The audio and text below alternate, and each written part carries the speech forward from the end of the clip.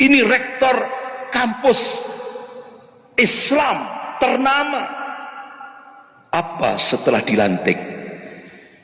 Dia umumkan agama menjadi musuh terbesar Pancasila.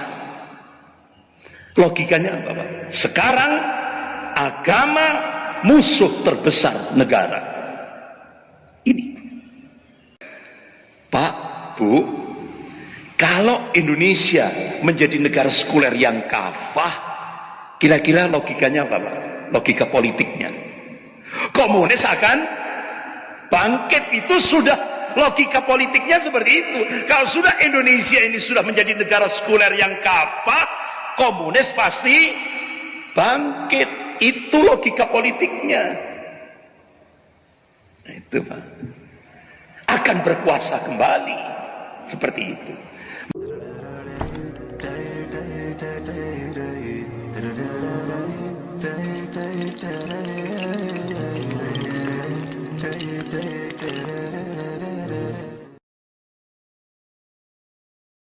Ketika Cina memberikan bantuan hutang kepada Indonesia 647 triliun tahap pertama, otomatis ada take and give. Syarat apa? Pemerintah Cina dengan dibantu Amerika mendorong percepatan program sekularisasi bagi umat Islam Indonesia. Dan ini sebuah nota diplomatik rahasia dari Kedubes Amerika di Beijing. Tanggal 5 Maret 2007 dengan kode referensi Beijing 1448. Akhirnya Presiden terbang ke Istanbul, Turki. Ziarah di makamnya Mustafa Kemal Atatürk. Ini. Jadi kalau Presiden Jokowi ziarah ke makamnya Mustafa Kemal Atatürk, sementara Thayyip Erdogan ziarah di makamnya Muhammad Al-Fatih. Beda kan, Pak? Jadi Erdogan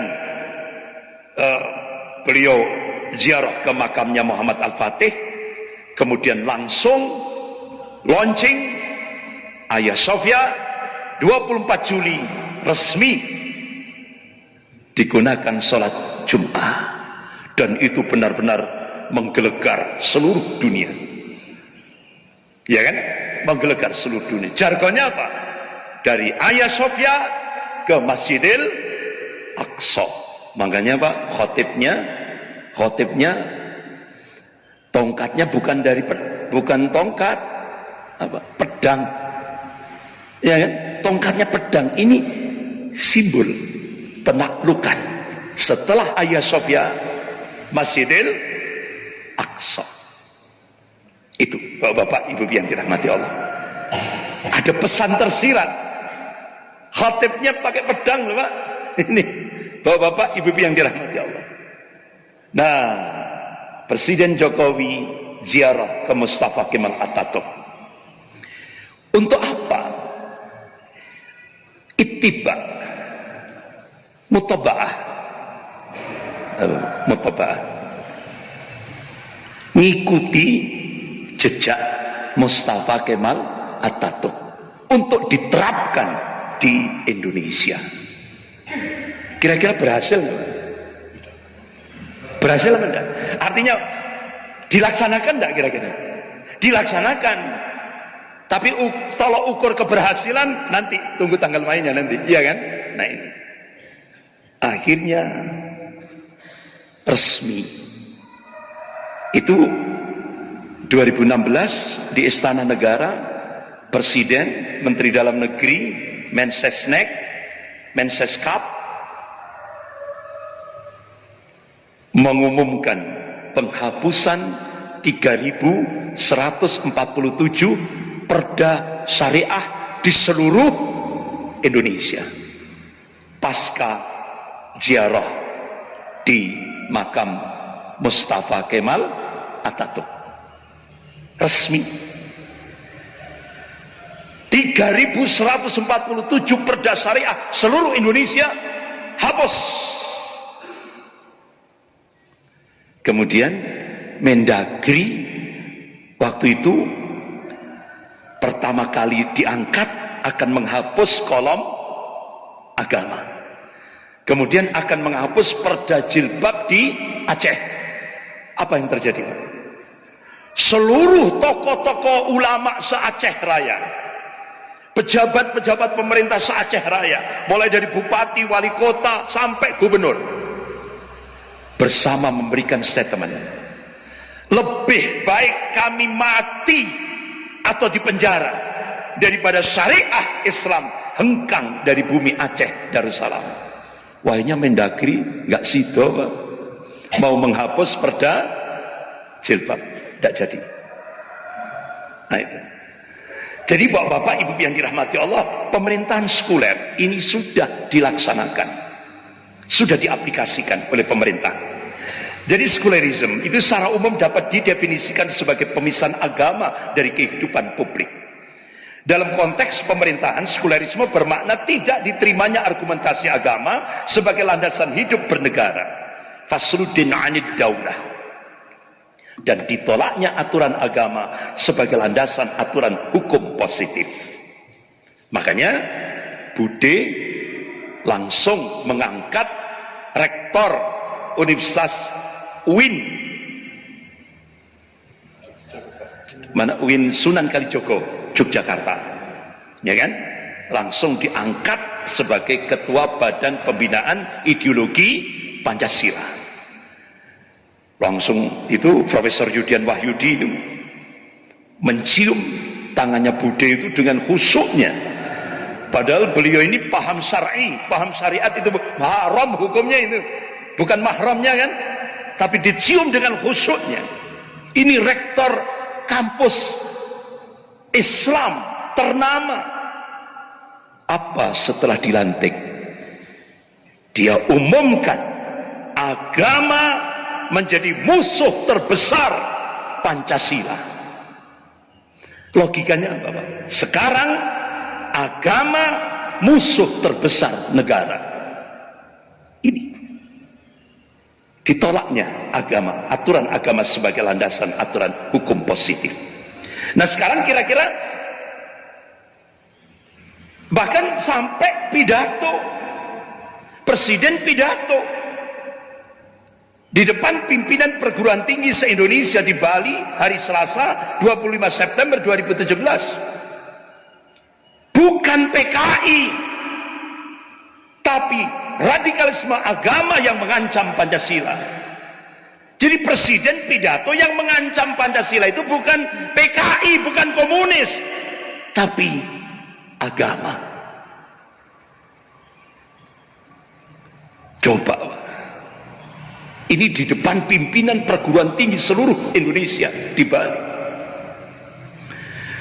Bahkan ada proyek adu domba mahasiswa, seminar di Bali. Tujuannya apa? Untuk memposisikan gerakan Islam sebagai gerakan radikal dan intoleransi serta anti Pancasila dan anti NKRI. Jadi umat Islam ini dituduh anti Pancasila, anti NKRI, radikal, intoleransi, anti kebinekaan. Ini dan aksi bela Islam 212 berberapa 411 ya, 212 itu benar-benar mau dilemahkan sampai ke titik rendah. Yang ketiga,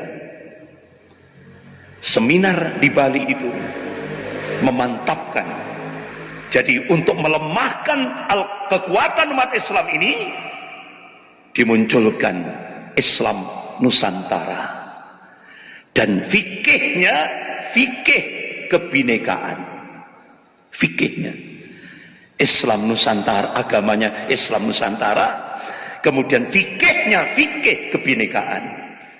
Apa kira-kira fikih kebinekaan? Contoh, pernikahan sejenis halal, zina halalan thayyibah, zina halal. Ini fikih kebinekaan oleh tokoh-tokoh liberal di Indonesia ini. Dan puncaknya apa? Untuk menjadikan Indonesia menjadi negara sekuler yang kafah, ya, puncaknya dimunculkan rancangan undang-undang HIP. Itu, Pak. Kalau itu disahkan, otomatis, Pak, persis sama dengan launching ana rabbukumul a'la. Persis. Akhirnya wa makaru wa makarallah wallahu khairul makirin. Mereka membuat makar. Sampai bahasanya Profesor Din Samsudin, istidrat ini, Pak. Ya. Ini pemerintahan sekarang ini istidrat ini. Sama Allah di istidrat, dilulu dengan kezalimannya ini. Jadi akhirnya apa yang terjadi? Majelis Ulama Indonesia Pusat ini di luar dugaan, Pak. Karena mereka sudah men-setting ketua majelis ulamanya ditarik. Dan ketika diminta untuk mundur nggak mau kan? Ini sudah disetting supaya nanti untuk menjadi Indonesia menjadi sekuler yang kafah. Ini kan sudah kepalanya kan sudah dikurung sudah, Pak. Nggak tahunya di tubuh Majelis Ulama Indonesia Pusat itu ada Ketua Dewan Pertimbangan Profesor Din Samsudin, sekjennya Pak Dr. Anwar Abbas dari Muhammadiyah, ya kan? Termasuk juga bagian luar negeri Kiai Haji Muhyiddin, ya kan? Ini dua-duanya dari Muhammadiyah, sekjennya dari Muhammadiyah. Itu akhirnya dengan ditopang oleh seluruh majelis ulama se-Indonesia mengeluarkan maklumat tolak RUU HIP. Sampai akhirnya, ya ini, Pak, apa bahasa Jawa itu ndablek itu, Pak. Sudah ditolak, akhirnya seluruh umat Islam dari Sabang sampai Merauke melakukan penolakan. Masih, Pak. Begitu RUU HIP masuk ke pemerintah, dari pemerintah dikembalikan lagi ke DPR, cuma diganti RUU PIP, HIP diganti PIP. Ternyata ini sudah ada agreement, Pak, dengan Cina. Fulusnya sudah diterima. Otomatis, Pak, rancangan undang-undang ini harus on out, harus tetap. Nah ini. Akhirnya Majelis Ulama Indonesia Pusat mengeluarkan fatwa apa, Pak? Masyirah Kubra. Majelis Ulama akan menggerakkan Masyirah Kubra dan akan mengangkat seorang panglima dengan jargon iskariman aumut syahidan. Allahu Akbar. Ini. Jadi bapak-bapak, ibu yang dirahmati Allah, contoh Indonesia sekarang ini, Indonesia menjadi negara sekuler. Pak, Bu, kalau Indonesia menjadi negara sekuler yang kafah, kira-kira logikanya apa, Pak? Logika politiknya komunis akan bangkit. Itu sudah logika politiknya seperti itu. Kalau sudah Indonesia ini sudah menjadi negara sekuler yang kafah, komunis pasti bangkit. Itu logika politiknya. Nah, itu, Pak, akan berkuasa kembali seperti itu. Makanya bapak-bapak, ibu yang dirahmati Allah, pemerintahan sekarang untuk memperkuat sekulerisasi di Indonesia, yaitu mendirikan kelompok buzzer. Ade Armando, Abu Janda, Denny Siregar, dan lain-lain. Digaji langsung dari pemerintah, ngambil dari APBN. Berapa gajinya buzzer-buzzer itu, Pak? 74 miliar. Tugasnya apa? Buzzer-buzzer ini menghancurkan Islam di Indonesia. Makanya Ade Armando contoh, Pak Ade Armando ini orang Minang loh, dosen Universitas Indonesia UI, Muslim,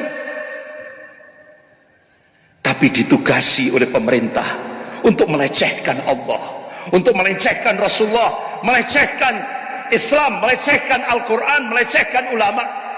Pertanyaannya, di Indonesia ini kan ada undang-undang KUHP pasal 156A tentang penodaan agama. Indonesia kan negara hukum. Kira-kira pernah enggak Ade Armando ditangkap? Enggak pernah. Karena dia ditugasi oleh negara. Abu Janda, pernah enggak dia tangkap? Karena dia ditugasi oleh negara untuk menghancurkan Islam di Indonesia. Denny Sirgar ditugasi oleh negara untuk melecehkan Islam, melecehkan ulama, melecehkan Al-Quran. Dia tokoh Syiah, Denny Sirgar, digaji oleh pemerintah 74 miliar, diambilkan dari APBN. Ini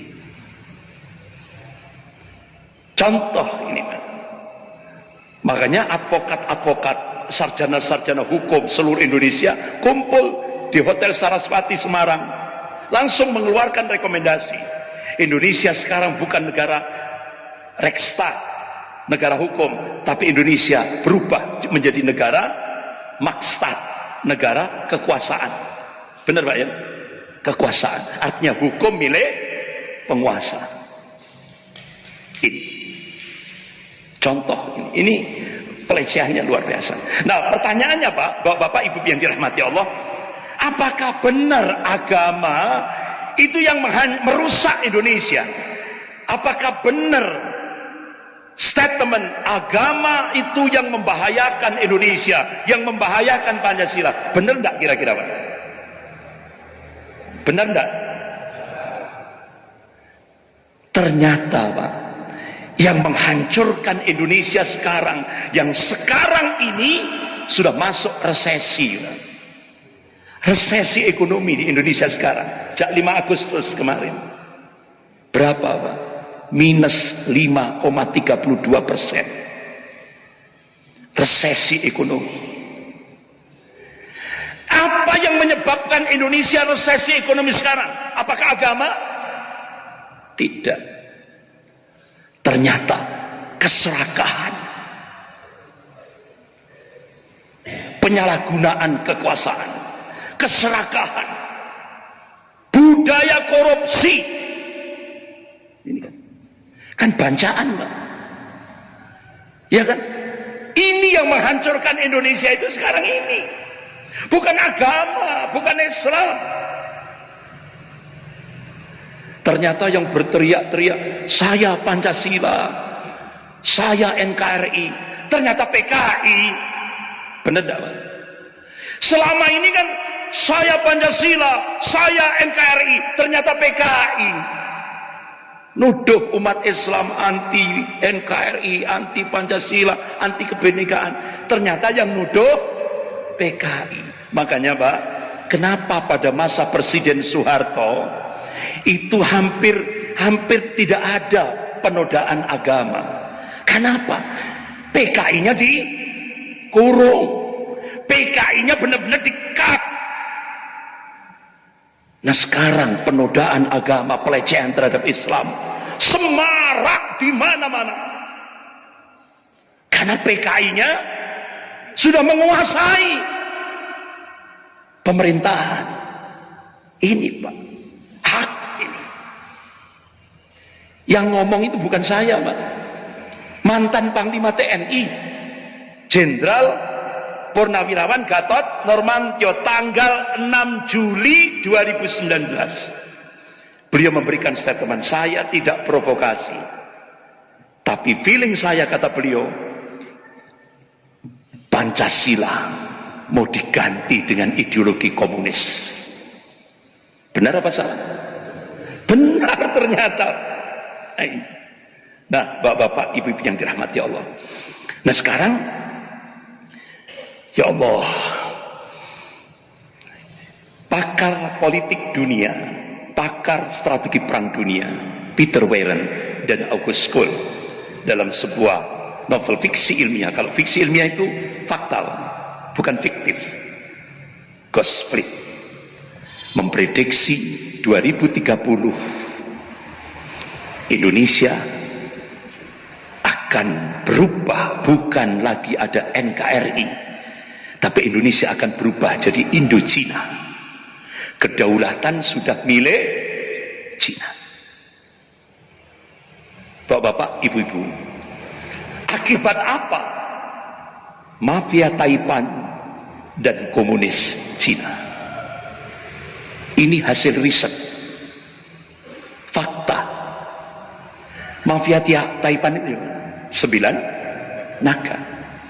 Pak, Bu, kenapa?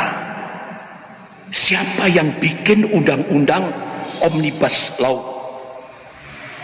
Omnibus Law siapa? Mafia Taipan. Sedangkan sekarang percaturan ekonomi dunia sudah tidak lagi mengikuti ideologis yang itu diterapkan oleh 9 naga Mafia Taipan ini.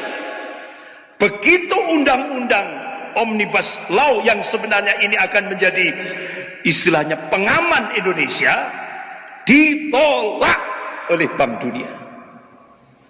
Makanya Pak, ini terjadi resesi di Indonesia sejak 5 Agustus ini. Ini jadi ternyata pemerintah ini yang men-setting Mafia Taipan. Kita baru tahu ternyata yang mengendalikan pemerintahan ini Mafia Taipan. Ya Allah.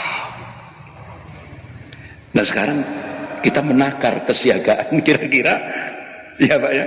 Nah saya sempat Pak, ketika diundang di Asrama Haji Pondok Gede Jakarta, waktu itu ketua MPR-nya Pak Zulkifli Hasan, beliau ngomong 74% tanah se-Indonesia ini sudah milik Cina. 74% tanah seluruh Indonesia ini sudah milik Cina. Itu loh. Pribumi cuma 26%. 85% aset ekonomi nasional sudah dikuasai Cina. Jadi secara politik kita sudah tidak bisa berbuat apa-apa, kata Pak Zulkifli Hasan. Tapi Masya Allah, Pak, di akhir ucapan beliau mengatakan kita masih punya Allah. Masya Allah. Akhirnya ulama-ulama di Asrama Haji Pondok Gede Jakarta bangkit. Kita masih punya Allah. Nah, bapak-bapak, ibu-ibu yang dirahmati Allah, benar enggak mafia Taipan itu? Kalau tadi kan dari sisi ekonomi, dari sisi akidah. Nah sekarang ternyata Pak, pintu kedaulatan Indonesia yang akan dijebol lewat proyek reklamasi dan proyek Mikarta, alhamdulillah berhasil digagalkan. Ya ini insya Allah pasca gerakan 411 dan 212, alhamdulillah ada implikasi Pak, ada dampak. Peristiwa 411, 212 itu dampaknya ada. Inilah. Dan alhamdulillah umat Islam konsisten di bawah komando ulama. Ini kesiagaan umat Islam sudah muncul. Dan kesiagaan yang kedua, kasus RUU HIP tetap dalam komando ulama. Masya Allah Pak, ini wujud kesiagaan umat Islam untuk menyelamatkan negara ini. Akhirnya pintu kedaulatan Indonesia yang mau dijebol lewat proyek reklamasi dan proyek Mikarta berhasil digagalkan oleh Gubernur Anies Baswedan. Dan ini inspirasi dari 411 dan 212 ini. Yang kedua, ini yang sekarang menjadi PR. Apa? Pasca Indonesia dibantu tahap pertama 647 triliun, bahkan sudah disiapkan ribuan triliun lagi. Wakil Perdana Menteri Cina Liu Yangdong setelah menghadap Presiden Jokowi hari Rabu 27 Mei 2015 menuju ke Auditorium FISIP Universitas Indonesia. Di depan akademisi dan mahasiswa, beliau menyampaikan konsekuensi Cina memberikan bantuan hutang di Indonesia 647 triliun, konsekuensinya 10 juta rakyat Cina daratan 2020, target 10 juta sudah harus masuk ke Indonesia. Media kan sudah dikuasai 9 naga, yang diekspos 100, 150, 500 orang, ya kan? Tapi duta besar Cina untuk Jakarta, duta besar Cina untuk Indonesia di Jakarta memberikan konferensi pers. Tiap tahun rakyat Cina daratan yang masuk di Indonesia 2 juta.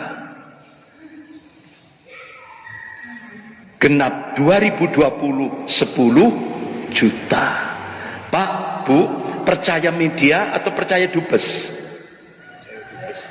Ya kita percaya dubes. Dubes Cina untuk Indonesia 10 juta. Makanya Pak, utusan-utusan dari Mabes Angkatan Darat mendatangi pondok-pondok pesantren. Alhamdulillah termasuk pondok pesantren kami yang di Karangploso didatangi dari utusan dari Mabes TNI Angkatan Darat. Apa pesannya?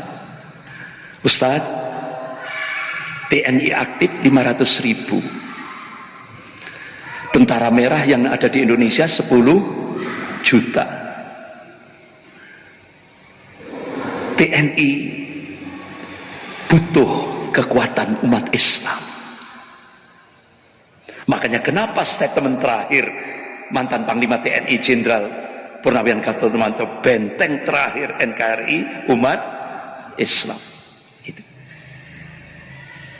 Ada seorang jenderal menyatakan insya Allah ke depan, kalau dulu pasca 65 ABRI dan umat Islam bersatu melawan common enemy komunis, insya Allah ke depan TNI dan umat Islam akan bersatu melawan musuh bersama komunis dan Syiah Rafidhah. Nah teknisnya gimana Pak? Memang Pak, kalau nanti benar-benar terjadi di Indonesia, walaupun umat Islam cuma 20%, insya Allah TNI akan take over. Karena TNI bukan alat penguasa, tapi TNI adalah alat negara. Gitu. Makanya Pak, ini yang ditunggu ini 7 wilayah ditunggu. Tapi nggak usah saya perpanjang. Ini off the record. Off the record. Ini strategis. Gitu Pak. Bapak-bapak, ibu-ibu yang dirahmati Allah. Penutup, ini sebagai karena waktunya terbatas. Allah berfirman dalam surah Al-Fat ayat 22 sampai 23. A'udzubillahi minasyaitonir rajim.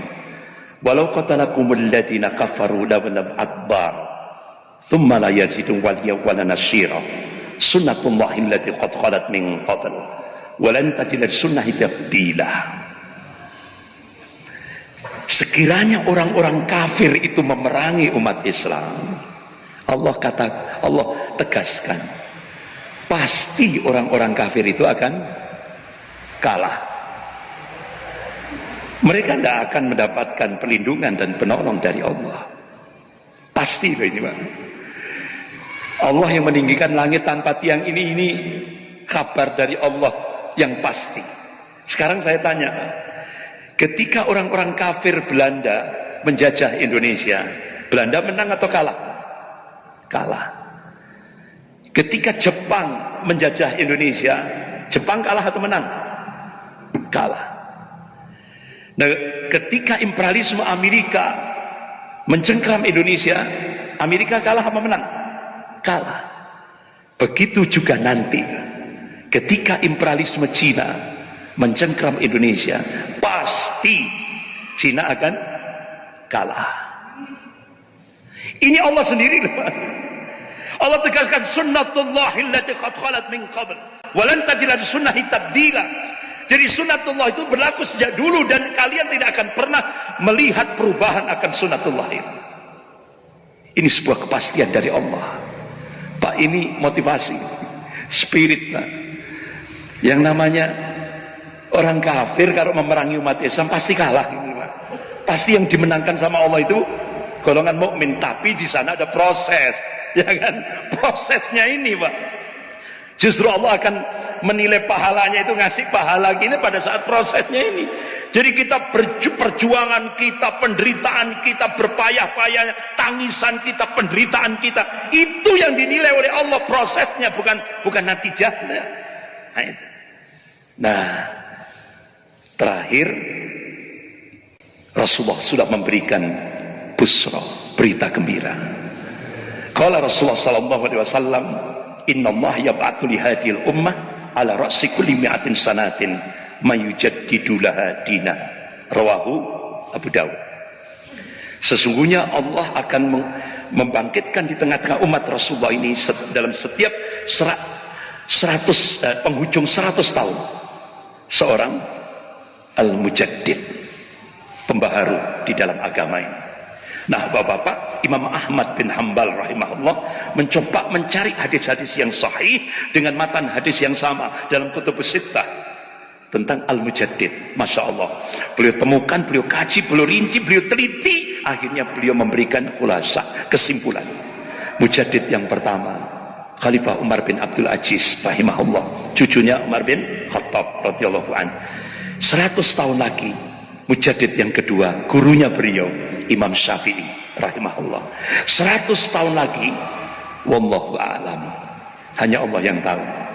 Nah, Ustadz Bahtiar Nasir dapat bocoran dari hasil penelitian ulama-ulama ahli ilmu. Itu kan hijriyah ini, 100 tahun ya hijriyah. Tapi kalau dimasehikan, insya Allah Sofatul Islamiyah itu akan muncul 2024. Berarti kurang 4 tahun. Dan bapak-bapak, ibu-ibu yang dirahmati Allah, Wakil Sekjen Rabita Ulama Palestina Syekh Dr. Abu Bakar Al-Awabidah, selama beliau di penjara Israel, itu kan kedua matanya di Sina. Kenapa Pak? Selama di penjara beliau mengkaji Al-Quran dan hadis, beliau kaji, beliau teliti, akhirnya matanya disinar sampai buta, fisiknya disiksa dengan cara-cara biadab. Masya Allah, Pak. Qadarullah, masa tahanan selesai, begitu beliau keluar, saya akan menyampaikan apa yang saya teliti di penjara Israel ke Indonesia.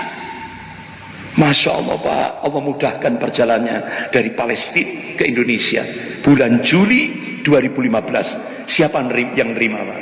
Masjid Jogokarian, Yogyakarta. Akhirnya beliau sampaikan, insya Allah berdasarkan nas-nas syar'i, dan ini diprediksi 2024.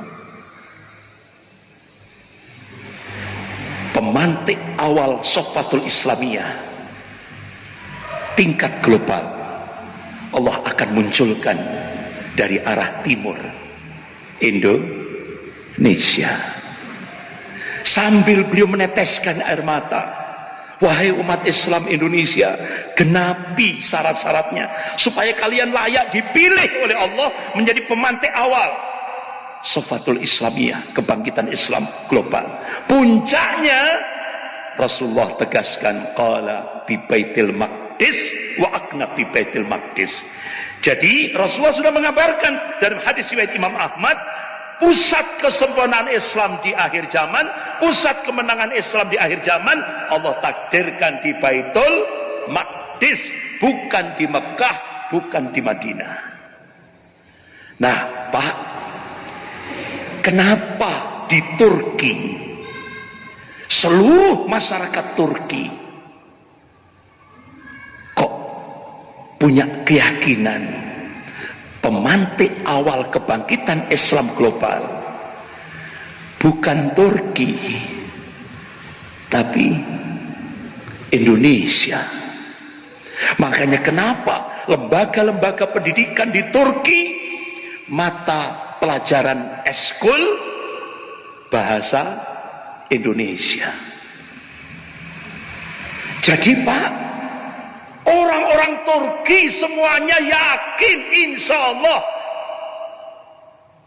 dari Indonesia dan insya Allah dari Masjid Al-Itqan. Takbir, Allahu Akbar. Bahkan bapak-bapak, ibu-ibu yang dirahmati Allah, akhirnya terjadilah pertemuan tokoh-tokoh ulama sedunia. Salah satu perwakilan tokoh-tokoh ulama sedunia datang ke Jakarta menemui Gubernur Anies Baswedan, menguatkan insya Allah pemantik awal kebangkitan Islam global Allah akan munculkan dari Indonesia, insya Allah. Jadi mudah-mudahan ini, makanya kita genapi syarat-syaratnya. Apa Pak? Saya diskusi sama Ustadz Bahtiar Nasir 5. Dakwah tauhid harus terus kita gerakkan, karena tauhid ini kunci kemenangan. Yang kedua, tarbiyatul Islamiyah. Jadikan pesantren-pesantren kita, lembaga pendidikan Islam kita, madrasah-madrasah kita menjadi sarana strategis untuk membangkitkan kebangkitan Islam. Yang ketiga, as-siyasah as-syar'iyyah. Ayo Pak, jadikan umat Islam ini melek politik, jangan sampai buta politik. Makanya itu kan saya pernah ceramah di Masjid Al-Huda ini, akhirnya videonya jadi viral ini, sampai akhirnya saya didatangi dari Mabes Polri 4 orang ya, 6 orang dari Mabes Polri. Nah itu saya tadi, oh itu di Masjid Al-Huda ya, Al-Huda itu. Jadi sampai Mabes Polri sampai dengan video dari Al-Huda itu goncang Pak. Kan waktu itu kan saya menyampaikan slogan, ayo jangan sampai buta politik. Umat Islam harus melek politik. Kiai Haji Ahmad Dahlan, Allahumma yarham, memberikan warning. Kalau umat Islam di Indonesia itu buta politik, apa yang terjadi di Andalusia akan terjadi di Indonesia. Kemudian yang keempat, iktisodiyah Islamiyah. Ayo bangun kekuatan ekonomi umat. Basisnya mana? Masjid. Lewat kekuatannya apa? Jamaah. Ayo. Yang kelima, askar Islami, militer Islami. Artinya apa? Ustadz-ustadz yang punya akses ke militer, ayo terus sebarkan Islam di kalangan TNI, di kalangan militer. Insya Allah Pak, pengalaman kami di Malang sejak tahun 93, Masya Allah, begitu TNI itu didekati dengan syiar Islam, Masya Allah, karena mereka berada di garda terdepan nantinya. Saya kira itu Bapak-bapak,